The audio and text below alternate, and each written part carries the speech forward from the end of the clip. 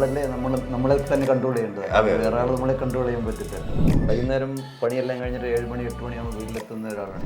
കേരളത്തിലൊരു working time ഒക്കെ ഉണ്ട്. ഇവിടെ ഒരു വർക്കിംഗ് ടൈം ഒന്നും. നമസ്കാരം, ഐക്കൺസ് ഓഫ് ഇന്ത്യയുടെ പുതിയ അധ്യായത്തിലേക്ക് സ്വാഗതം. ഇന്ന് നമ്മൾ സഞ്ചരിച്ചെത്തിയിരിക്കുന്നത് മഹാരാഷ്ട്രയിലെ കല്യാൺ വെസ്റ്റിലാണ്. ഇവിടെ നമുക്കറിയാം, മുംബൈ എന്ന് പറയുന്ന ഒരു നഗരം അനുദിനം വളർന്നുകൊണ്ടിരിക്കുന്ന ഇന്ത്യയുടെ തന്നെ അഭിമാനമായ ഒരു നഗരമാണ്. ആ നഗരത്തിന്റെ വളർച്ചയ്ക്ക് പങ്കുവഹിക്കുന്ന ഒരു മലയാളിക്കൊപ്പമാണ് ഇന്ന് നമ്മൾ ചേരുന്നത്. സതീഷ് പ്രോജക്ടിന്റെ മാനേജിംഗ് ഡയറക്ടർ സതീഷ് സാറാണ് നമുക്കിപ്പോൾ ഉള്ളത്. നമസ്കാരം സാർ. ഭയങ്കര ഒരു പോസിറ്റീവ് തരുന്ന ഒരു മനുഷ്യന്റെ അടുത്തേക്കാണ് ഞാൻ എത്തിയിരിക്കുന്നത്. ചിരിച്ച മുഖത്തോട് കൂടിയിരിക്കുന്ന ഒരു ബിസിനസ് മാൻ. എന്നാൽ അത് തുറന്ന് സമ്മതിക്കത്തുമില്ല, അല്ലെ ഞാൻ വലിയ പുള്ളിയാണെന്ന്. അങ്ങനത്തെ ഒരു ഇങ്ങനെയൊക്കെയാണ് പുറത്തു വരുമ്പോൾ മലയാളികൾ നമുക്ക് തരുന്ന ഒരു ആതിഥ്യ മര്യാദ. അത് വലിയ ഇഷ്ടപ്പെട്ടു കേട്ടോ. നാട്ടിലെവിടെയാണ് സാർ പഠിച്ചതും ജനിച്ചതും? നാട്ടില് ഞാൻ പത്തനംതിട്ട ജില്ലയില് ഓമല്ലൂർ എന്ന് പറഞ്ഞ സ്ഥലമാണ്. ഓമല്ലൂര്. അവിടുന്ന് ഞാനിപ്പം ഏകദേശമൊക്കെ സെറ്റിൽ ആയിരിക്കുന്നത് ആലപ്പുഴയാണ്. നാട്ടില് വീണ്ടും ആലപ്പുഴയിലേക്ക്. എന്തുകൊണ്ടാണ് ഈ മുംബൈയിലേക്ക് ചേക്കേറിയത്? മുംബൈയിലേക്ക് വന്നു എന്നല്ല അതിനെപ്പറ്റി പറയേണ്ടത്. ജീവിക്കാൻ വേണ്ടി വന്നു പല സ്ഥലങ്ങളിൽ. ആദ്യം ഞാൻ അഹമ്മദാബാദിൽ ഒരു 6 മാസം ഉണ്ടായിരുന്നു. അഹമ്മദാബാദിൽ പോയിരുന്നു. ആദ്യം ഞാൻ വീട് തൊട്ട് പുറത്ത് പറഞ്ഞ് അഹമ്മദാബാദിലോട്ടാണ് വന്നത്. എത്ര വർഷമാവും? 82 നാട് വിട്ടതാണ്. നാട് വിട്ടതാണ്. അപ്പൊ ഉള്ളത് തന്നെയല്ലേ പണ്ടത്തെ ആ കഥകളൊക്കെ, നാട് വിട്ടു പോയി രക്ഷപ്പെടുന്ന മലയാളികളുടെ കഥ? തീർച്ചയായും, എനിക്ക് യാതൊരു സംശയമില്ല. എന്നിട്ട് എത്തിയത് ആദ്യം വരുന്ന അഹമ്മദാബാദിലാണോ? അതെ, അഹമ്മദാബാദിൽ 6 മാസം ഒരു പ്രൈവറ്റ് കമ്പനിയിൽ ജോലി ചെയ്തു. ആ കമ്പനി തന്നെ എന്നെ ബോംബെയിലേക്ക് ട്രാൻസ്ഫർ ചെയ്തു. അങ്ങനെ ബോംബെയിൽ വന്നു. താമസ സൗകര്യത്തിന് ബുദ്ധിമുട്ട്, എല്ലാ കാര്യങ്ങളും ഉണ്ടായിരുന്നു. അവസാനം നമ്മുടെ മലയാളിയുടെ സ്വഭാവമാണ് ആളുകളുടെ ഫ്രണ്ട്സിനെ ഉണ്ടാക്കുക എന്നുള്ളത്. അതെ അതെ, സൗഹൃദങ്ങൾ നേടാൻ മലയാളിയെ പോയിട്ടേ ഉള്ളൂ. അങ്ങനെ ഞാൻ ഫ്രണ്ട്സിനെ ഉണ്ടാക്കി. ഒരു 3 വർഷം കഴിഞ്ഞപ്പോൾ ഞാൻ കല്യാണിൽ സ്വന്തമായി ഒരു വീട്, സ്വന്തമായി മൊത്തമായിട്ട് പറയാൻ പറ്റില്ലെങ്കിൽ തന്നെ ഒരു പകുതി സിസ്റ്റം എന്ന് പറയുന്ന സാധനം ഉണ്ട് ഇവിടെ. പകുതി സിസ്റ്റം ഒരു ഫിക്സഡ് എമൗണ്ട് കൊടുക്കുക, പിന്നെ എല്ലാ മാസം റെന്റ് കൊടുക്കുക. നമ്മുടെ ഇവിടെ നിന്ന് ഒരിക്കലും ഒഴിപ്പിക്കാൻ പറ്റത്തില്ല. അത് കഴിഞ്ഞ് ഒന്ന് അപ്ഗ്രേഡ് ചെയ്തു. അങ്ങനെ 2002 ഞാൻ കല്യാൺ വെസ്റ്റിലെത്തി. സതീഷ് പ്രോജക്ട് എപ്പോഴാണ് തുടങ്ങുന്നത്? കല്യാൺ വെസ്റ്റിലെത്തി. സതീഷ് പ്രോജക്ട് എന്ന് പറയുന്നത് തുടങ്ങിയിട്ട് ഇപ്പം 7 വർഷത്തേക്കുണ്ടായിട്ടില്ല. അതിനു മുമ്പ് ഞാൻ ശ്രീകൃപ എന്നൊക്കെ പേരിൽ നേരത്തെ തുടങ്ങി. അതന്നെ ഇപ്പം തുടങ്ങിയത് 96 ഞാൻ ശരിക്കും വന്നല്ല ഈ ബിസിനസ്സിൽ വന്നതാണ്. ജോലിയൊക്കെ രാജിവെച്ചിട്ട് കുറച്ച് പൈസയൊക്കെ ഉണ്ടതുകൊണ്ട് ഞാനൊരു ബിസിനസ് തുടങ്ങാൻ തീരുമാനിച്ചു. അങ്ങനെ ഒരു 2000 ഒക്കെ ആയപ്പോഴത്തേക്ക് എനിക്ക് ഒരു ബേസ് ഉണ്ടാക്കാം എന്നുള്ളൊരു ഇത് വന്നു. അതൊരു 1.5 ലക്ഷം സ്ക്വയർ ഫീറ്റിനോട് അടുത്തുള്ള ഒരു പ്രൊജക്റ്റ്. എവിടെയായിരുന്നു? അത് കല്യാൺ ഈസ്റ്റിലായിരുന്നു. ആ പ്രൊജക്റ്റ് ഞാൻ വളരെ സക്സസ്ഫുൾ ആയിട്ട് 4 വർഷം കൊണ്ട് ചെയ്തു. അതിനോടുകൂടി ഞാനൊരു ബിൽഡർ എന്നുള്ള ഒരു പേര് എനിക്ക് സമ്പാദിക്കാൻ കഴിഞ്ഞു. എന്നോട് ആളുകൾ ഇങ്ങോട്ട് വന്ന് കാര്യങ്ങൾ ചോദിക്കുന്ന ഒരു സാഹചര്യം വരാൻ തുടങ്ങി. അങ്ങനെ 2006 ഞാൻ സതീഷ് പ്രൊജക്റ്റ് എന്ന് പറയുന്ന ഒരു സെറ്റപ്പ് ഞാൻ മാത്രമായിട്ടുള്ളത്. മറ്റേ പലതിനകത്തും പാർട്ട്നേഴ്സും ഒക്കെ ഉണ്ടായിരുന്നു. അങ്ങനെ ഒരു പ്രൊജക്റ്റ് ഉണ്ടാക്കി. അപ്പോഴത്തേക്ക് എൻ്റെ കുട്ടികളൊക്കെ വലുതായി. ഞങ്ങളെല്ലാവരും കൂടെ കൂടിയിട്ട് ഈ സതീഷ് പ്രൊജക്റ്റ് ഇപ്പം ചെയ്തുകൊണ്ടിരിക്കുകയാണ്. കല്യാൺ ഈസ്റ്റിൽ ഞങ്ങൾ സ്ഥലങ്ങളൊക്കെ വാങ്ങിയിട്ടുണ്ട്. അങ്ങനെ ഏകദേശം ഇപ്പോൾ ഒരു വലിയൊരു പ്രൊജക്റ്റ് വേണ്ടി ഞങ്ങൾ പോകാൻ പോവുകയാണ്. എന്താണ് അതിൻ്റെ ആ പ്രൊജക്റ്റിൻ്റെ പേര്? അതിനകത്ത് ഞാനൊരു ആളെ കൂടി ഉൾപ്പെടുത്തിയിട്ടുണ്ട്, ഫൈനാൻഷ്യൽ പാർട്ട്ണറായിട്ട്. പുള്ളി ഒരു ബാലാജി രത്തൻ എന്ന് പറഞ്ഞൊരു ഒരു ഗ്രൂപ്പാണ്. അവരുടെ കൂടിയിട്ട് ഞങ്ങൾ 12 ലക്ഷം സ്ക്വയർ ഫീറ്റിൻ്റെ 29 ഫ്ലോറുള്ള 4 ബിൽഡിങ്ങിൻ്റെ ഒരു പ്രൊജക്റ്റുമായിട്ട് ഇപ്പം പോവുകയാണ്. ടൗൺഷിപ്പ്. അതെ, ടൗൺഷിപ്പ് 1680 ഫ്ലാറ്റുള്ള ഒരു ടൗൺഷിപ്പിൻ്റെ ഡെവലപ്മെൻറ്റിന് വേണ്ടി പോവാണ്. ഏപ്രിൽ ഒരു മിഡിലോട് കൂടി അതിൻ്റെ ലോഞ്ച് ഉണ്ടാവും. അതാണ് ഇന്നത്തെ അവസ്ഥ. ലോഞ്ചിന് വരാൻ നമുക്കും ഭാഗ്യം കിട്ടും. തീർച്ചയായും വരാം. ഈ നാട്ടിൽ വരുമ്പോൾ ഈ നാട്ടിലെ ഒരു ജനങ്ങളും ഇവിടുത്തെ ഗവൺമെന്റിന്റെ ഒരു സപ്പോർട്ടിനെ എങ്ങനെ വിലയിരുത്തുന്നു? ഈ നാടെന്ന് പറഞ്ഞു കഴിഞ്ഞാൽ ശരിക്കും പറഞ്ഞാൽ ആരെയും അക്സെപ്റ്റ് ചെയ്യുന്ന ഒരു നാടാണ്. എൻ്റെ ഈ ഫീൽഡ് എന്ന് പറഞ്ഞാൽ വളരെ ഡിഫിക്കൽട്ടായിട്ടൊരു ഫീൽഡാണ്. എനിക്ക് അങ്ങനെ ഒരു റിവേഴ്സ് അങ്ങനെ വലിയ കാര്യമായിട്ട് ഒരിക്കലും പറ്റിയിട്ടില്ല. കാരണം നമ്മൾ ആ രീതിയിലാണ് ആളുകളോട് നിൽക്കുന്നതും ആളുകളോട് സഹകരിക്കുന്നതും. അതുകൊണ്ട് അങ്ങനെ ഒരു വലിയൊരു സീരിയസ് ആയിട്ട് എനിക്ക് ഒരിക്കലും തോന്നിയിട്ടില്ല. നമ്മളല്ലേ നമ്മളെ തന്നെ കൺട്രോൾ ചെയ്യേണ്ടത്. വേറെ ആൾ നമ്മളെ കൺട്രോൾ ചെയ്യാൻ പറ്റില്ല.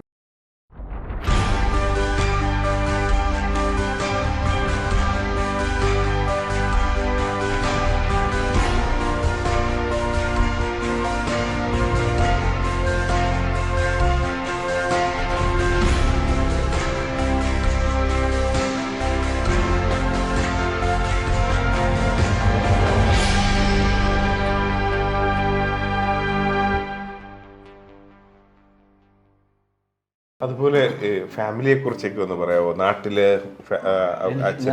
എനിക്ക് അച്ഛനും അമ്മയും ഞങ്ങൾ 5 മക്കളാണ്. 5 മക്കളും 4 പെൺമക്കളും ഒരാണും ഞാനാണ്. ഞാൻ മാത്രമേ ഉള്ളൊരാണ്. ഇവിടെ കുടുംബത്തെ കുറിച്ച്? ഇവിടെ എനിക്ക് എൻ്റെ വൈഫ്, 2 ആൺകുട്ടികൾ, മൂത്ത ആളിൻ്റെ വൈഫ്, അവർക്ക് 2 കുട്ടികൾ, ജോയിന്റ് ഫാമിലിയാണ്. ഞങ്ങൾ ജോയിന്റ് ഫാമിലി എല്ലാവരും കൂടെയാണ് എല്ലാവരും ഒരുമിച്ചുണ്ട് താമസിക്കുന്നത്. വൈഫിന്റെ പേര് കുസുമം. വൈഫ് ബിസിനസ്സിൽ സഹായിക്കുന്നുണ്ടോ? ഇല്ല, വീട് വീട് നോക്കുക, കുട്ടികളെ വളർത്തിയെടുക്കുക, അത് ഏറ്റവും വലിയ കാര്യമാണല്ലോ. പിന്നീട് ആദ്യത്തെ മോന് ജിത്തു, ഇപ്പൊ നിങ്ങൾ കണ്ടല്ലോ, ജിത്തുനെ കണ്ടു. ജിത്തു രണ്ടാമത്തെ അവന് എഞ്ചിനീയറിംഗ് കഴിഞ്ഞിട്ട് MBA ചെയ്തതാണ്. അവൻ എൻ്റെ കൂടെ തന്നെയാണ്. പിന്നെ രണ്ടാമത്തെ മകന് ആർക്കിടെക്റ്റാണ്. അവൻ ഇന്നെന്തോ പ്രോഗ്രാം ഉണ്ട്, അതിനുവേണ്ടി പുറത്ത് പോയിരിക്കുകയാണ്.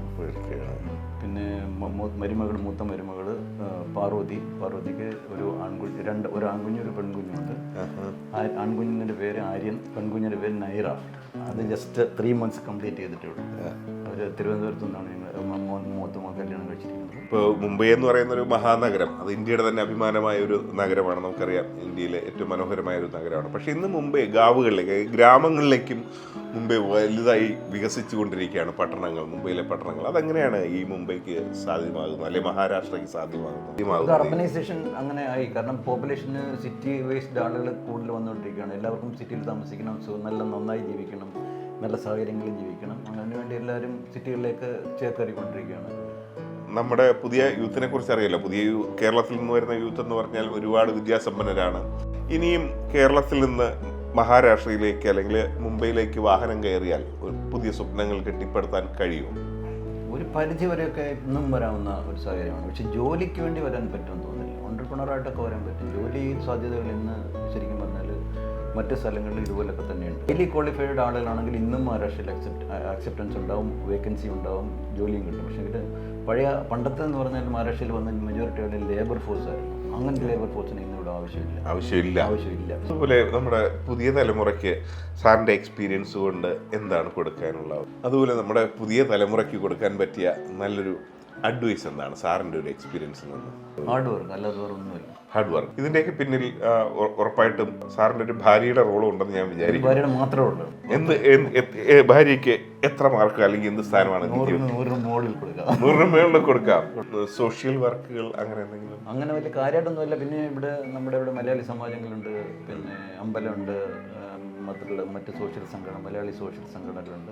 എനിക്ക് ശരിക്കും അങ്ങനെ ഒരു സോഷ്യൽ ലൈഫ് വളരെ കുറച്ചുള്ള ഒരാളാണ്. വൈകുന്നേരം പണിയെല്ലാം കഴിഞ്ഞിട്ട് 7 മണി 8 മണിയാകുമ്പോൾ വീട്ടിലെത്തുന്ന ഒരാളാണ് ഞാൻ. പിന്നെ യാത്രകളൊക്കെ പോകാറുണ്ടോ? ഹോബീസ് ഒക്കെ ഉണ്ടോ? അങ്ങനൊന്നും ഇല്ല, അങ്ങനൊന്നും പോകാറില്ല.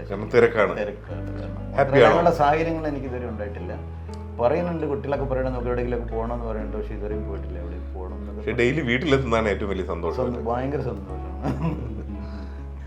അതുപോലെ ഇന്ന് നിലവിൽ എത്രത്തോളം തൊഴിലാളികൾ അല്ലെങ്കിൽ സ്റ്റാഫുകൾ നമുക്ക് കീഴിലുണ്ട്? ഒരു 10-45 പേരിനടുത്തുള്ള നമ്മുടെ കൂടെ ഉണ്ട്. അവർ വന്യനാട്ടുകാരാണ് മെജോറിറ്റി ആളുകളും. എന്നോട് ഒരു കുറേ വർഷങ്ങളായിട്ട്, കഴിഞ്ഞ 10-25 വർഷമായിട്ട് നിൽക്കുന്ന ഒരു ഹരിപ്പാട്ടിൻ്റെ അജിത്ത് എന്ന് പറയുന്ന ഒരാളാണ്. എൻ്റെ എല്ലാ കാര്യങ്ങളും എപ്പോൾ ഏത് സമയത്ത്, അതെ, ഏത് കാര്യത്തിനും എപ്പോൾ വിളിച്ചാലും എന്തിനും അവൈലബിൾ ആയിട്ടില്ല. ഇപ്പം കേരളത്തിൻ്റെ ഒരു സാധ്യതകൾ, നോർത്ത് ഇന്ത്യൻസിനെ കൂടുതൽ കേരളത്തിലേക്കാണ് അവർക്ക് പോകാൻ ആഗ്രഹം. അത് ഏതെങ്കിലും രീതിയിൽ നമ്മളെ ബാധിക്കും? അല്ല, അത് ശരിക്കും പറഞ്ഞു കഴിഞ്ഞാൽ കേരളത്തിൽ കൊടുക്കുന്ന സാലറി ഇവിടെ കിട്ടുന്ന സാലറി തമ്മിൽ ഏകദേശം നല്ലൊരു വ്യത്യാസം. കേരളത്തിലേക്ക് പോകുന്നൊരു കോൺട്രാക്ടർ കൂടുതലാണെങ്കിൽ 900, 800, 900, 1000 റുപ്പീസ് കമ്പൽസറി ആണത്.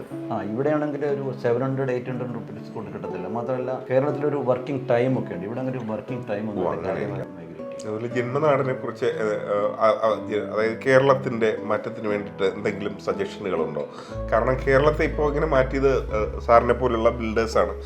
പണ്ട് എനിക്ക് ഓർമ്മയുണ്ട്, ഇതുപോലൊരു ബിൽഡേഴ്സ് വന്ന് കേരളം ഇനി ഇങ്ങനെ പരന്നല്ല വളരേണ്ടത്, അതെ, മേളിലോട്ടാണ്. അതുപോലെ എന്തെങ്കിലും ആശയങ്ങൾ?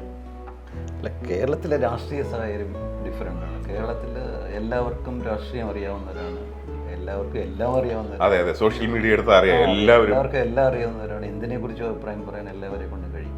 ഇനി ഫ്യൂച്ചർ വിഷൻസ് എന്തൊക്കെയാണ്? നമ്മൾ നേരത്തെ പറഞ്ഞ ആ ഒരു പ്രോജക്റ്റ് ആണോ, അതോ ഇനിയും? അത് സക്സസ് ആക്കണം. അതോടുകൂടി എൻ്റെ മക്കള് എസ്റ്റാബ്ലിഷ് ആവണം.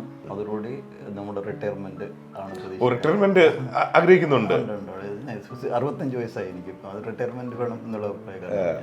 അപ്പോൾ അവരൊരു 2 വർഷത്തിനകം സെറ്റിലാവുമെന്ന് വിചാരിക്കുന്നു. എന്തായിരുന്നാലും ഭയങ്കര ഒരു സന്തോഷമുള്ള ഒരു മനുഷ്യന്റെ മുന്നിലാണ് ഞാൻ എത്തിയത്. ക്യാമറയ്ക്ക് മുന്നിൽ ഒരുപാട് നല്ല കാര്യങ്ങൾ എനിക്ക് അല്ലാതെയും പറഞ്ഞു തന്നു. സാധാരണ ഈ ഒരു നിലയിലൊക്കെ എത്തിക്കഴിഞ്ഞാൽ ഒരു ബിസിനസ്മാൻ വേണമെങ്കിൽ കുറച്ച് ഹെഡ് വെയിറ്റും ജാടയും അഹങ്കാരമൊക്കെ കാണിക്കാം. ഇതൊന്നും ഇല്ലാതെ വളരെ സിമ്പിളായിട്ട് സംസാരിക്കും. ഇവിടെ ഞങ്ങളോട് മാത്രമല്ല, ഇവിടെ വന്നപ്പോൾ നമ്മൾ കണ്ടൊരു കാഴ്ചയാണ്. ഇതൊക്കെ എങ്ങനെയാ കഴിയുന്നത്? അങ്ങനെ ആയിരിക്കണമല്ലോ ഒരാള്.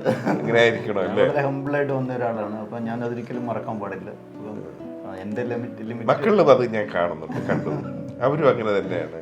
അങ്ങനെ തന്നെയാണ്. സാധാരണ അല്ലേ നമ്മുടെ വലിയ ബിസിനസ്മാന്റെ മക്കളാണെങ്കിൽ കുറച്ച് ജാടൊക്കെ കാണിക്കാം. അതുമില്ല. അങ്ങനെ ആരും എന്റെ വീട്ടിൽ അങ്ങനെ ഒരു കൾച്ചറേ ഇല്ല. മലയാളികൾക്ക് അഭിമാനം തന്നെയാണ് കേട്ടോ ഇതൊക്കെ.